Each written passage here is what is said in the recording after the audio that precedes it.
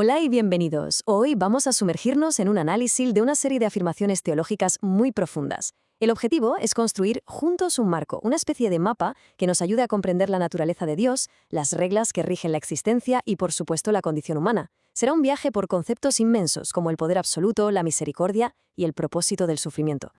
Muy bien, empecemos por aquí, porque esta frase es tremenda. Es la base sobre la que se construye todo lo demás. La idea de un poder tan inmenso, tan absoluto, que el universo entero tal y como lo conocemos depende de la voluntad divina. Es un punto de partida que nos sitúa frente a una omnipotencia total. Hay que tener esto muy presente para todo lo que sigue. Para poder desgranar esta visión del mundo, vamos a seguir una estructura muy clara. Primero, exploraremos esa dualidad entre el poder y la misericordia de Dios. Después, veremos las reglas del juego, por así decirlo, para humanos y demonios. A continuación, nos adentraremos en la condición humana y el papel del sufrimiento, para terminar con lo que se propone como el camino de la sabiduría. Entramos de lleno en el primer punto, el poder y la misericordia divinos.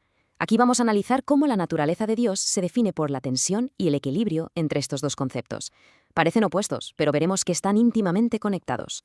Entonces, aquí está el núcleo de la cuestión. Si Dios tiene ese poder absoluto para deshacerlo todo en un instante, la pregunta es, ¿por qué no lo hace? La respuesta que se nos da es simple pero de una profundidad enorme, por su misericordia. La misericordia no se presenta como una debilidad, sino todo lo contrario, como la fuerza activa que contiene y dirige esa omnipotencia. Es, digamos, el freno voluntario a un poder sin límites, y es precisamente eso lo que permite que el universo y sus reglas existan. El texto nos da otra idea clave para entender esto. Dios no nos necesita. ¿Y por qué? Se apoya en el concepto de la Trinidad, Padre, Hijo y Espíritu Santo. Al ser descrito como tres y uno a la vez, se le concibe como un ser completo en sí mismo, autosuficiente, que no necesita nada de su creación para existir o para estar completo. Claro, ante un Dios tan poderoso y autosuficiente, uno podría pensar que es imposible que entienda el sufrimiento humano. Pero el texto aborda esto con una de las ideas centrales del cristianismo. La afirmación es que Dios no es un espectador lejano del dolor. Al contrario, lo experimentó en carne propia al hacerse humano en Jesús. Esto es crucial porque conecta su poder absoluto con una empatía real, vivida desde dentro. Bien, pasemos ahora a la segunda sección. Aquí se nos presentan las reglas para humanos y demonios, estableciendo una jerarquía espiritual muy definida. Vamos a ver que las normas no son las mismas para todos. Y esta tabla lo explica de una manera muy visual y directa. Fíjense, según este marco, tanto los humanos como los demonios pueden causar sufrimiento físico, y ambos grupos están, sin excepción, bajo la autoridad última de Dios. Pero aquí llega la distinción que lo cambia todo. Solo a los seres humanos se les ofrece la posibilidad del perdón. A los demonios, no. Esta es la pieza clave que define toda la jerarquía espiritual que se está describiendo. Y además de esa distinción, se establece una ley universal, una regla inquebrantable. Mientras que otros seres pueden afectar al cuerpo, al plano físico, se afirma que solo Dios tiene dominio sobre el alma. Se trata de una autoridad exclusiva y absoluta en el plano espiritual. Y se nos dice que este precepto es inmutable, no cambiará. El texto nos da también una descripción muy específica de Satanás. No se le presenta simplemente como una fuerza maligna, sino como una criatura de una inteligencia superior, un antiguo alto mando en la jerarquía divina. Precisamente por esa inteligencia y ese origen, la instrucción es tajante. Con él no se dialoga. El diálogo se considera una trampa peligrosa, dada su capacidad de manipulación.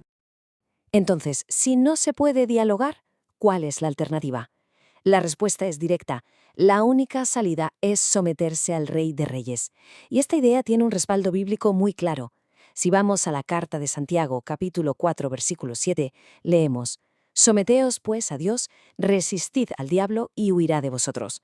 La estrategia, por tanto, no es una confrontación intelectual, sino un acto de sumisión a una autoridad superior, que es lo que otorga la fuerza para resistir.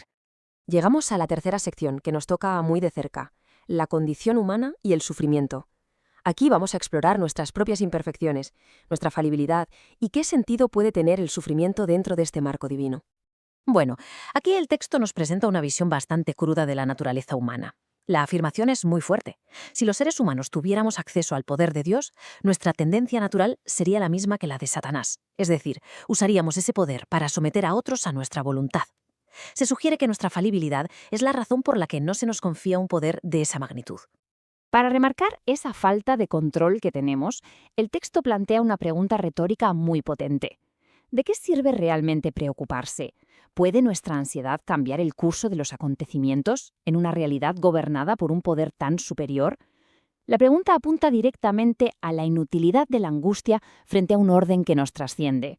Y de nuevo, esta pregunta no surge de la nada, viene directamente de las enseñanzas de Jesús, tal y como se recogen en el Evangelio de Mateo capítulo 6, versículo 27.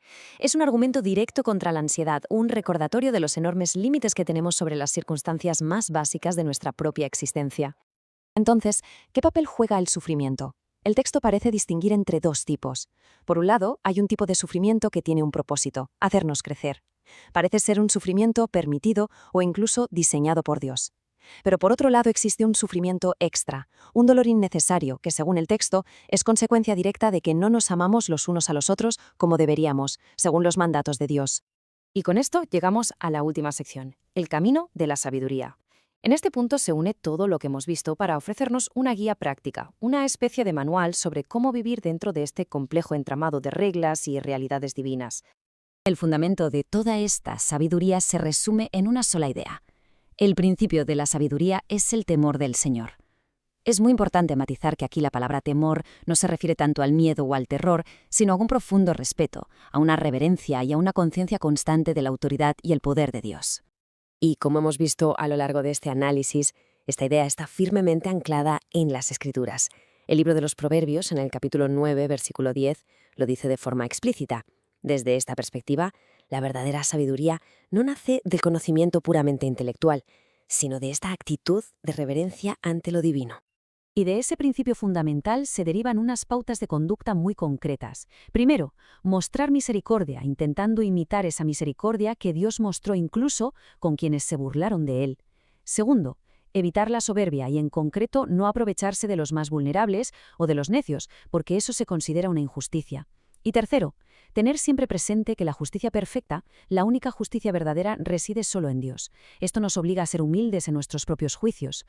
Y cerramos con esta pregunta, que es en el fondo la gran conclusión de todo este marco teológico. Si como se ha establecido a los seres humanos se nos ha concedido un don único, la posibilidad del perdón, un don que a otros seres se les ha negado, la pregunta final no es teórica, sino profundamente personal y moral. Sabiendo esto, ¿qué lo vamos a hacer con esa misericordia? ¿Cómo vamos a usar ese regalo en nuestras vidas?